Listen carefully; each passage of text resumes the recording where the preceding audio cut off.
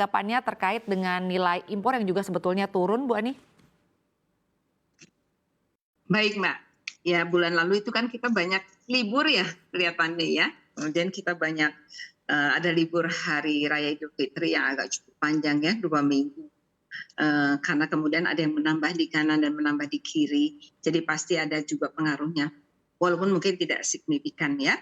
Tetapi impor yang turun ini juga sebetulnya menggambarkan, tadi saya sudah sampaikan sempat ke Mbak juga bahwa pada saat-saat seperti ini ketika hari raya kemarin kita juga mendapat informasi kan dari para pedagang di misalnya Mangga 2 dan lain sebagainya bahwa ternyata permintaan terhadap misalnya ya barang-barang yang biasanya untuk hari raya itu kan pakaian dan lain sebagainya relatif turun dibandingkan tahun lalu dan turunnya agak cukup signifikan. Nah, ini mulai perlu kita cermati. Bisa saja terjadi juga kan ini kita juga akan sebentar lagi anak-anak ujian, anak-anak kuliah, gitu kan, anak-anak SMA kuliah, kemudian masuk universitas, kemudian masuk tahun ajaran baru, sehingga biasanya perlu dana.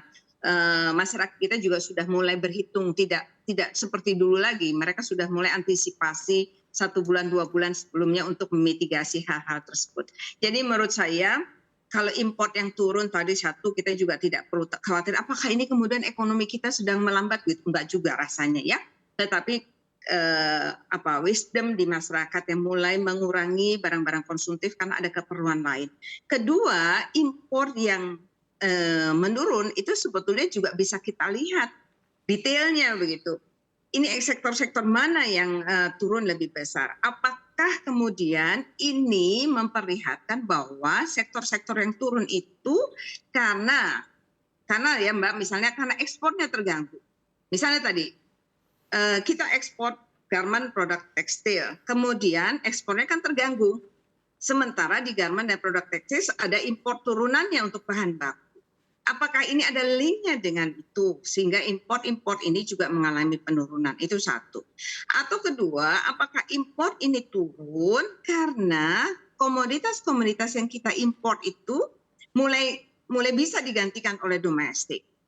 Atau tadi saya katakan bahwa masyarakat kita juga mulai melihat-lihat situasi ekonomi kita.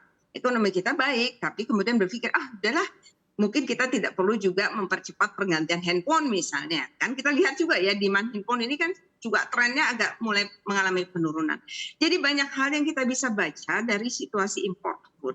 Tidak sepenuhnya dia menggambarkan bahwa ada situasi tertentu di dalam ekonomi kita, tidak. Tapi mungkin memang ada tadi kaitannya dengan demand, hari raya, kemudian orang lebih banyak bepergian, atau karena orang mulai berpikir soal sekolah, atau orang mulai mengadjust kebutuhan hal-hal dengan elektronik, karena melihat situasi globalnya, atau mungkin ada link dengan nilai ekspor kita yang turun, sehingga kebutuhan bahan baku importnya juga mengalami penurunan.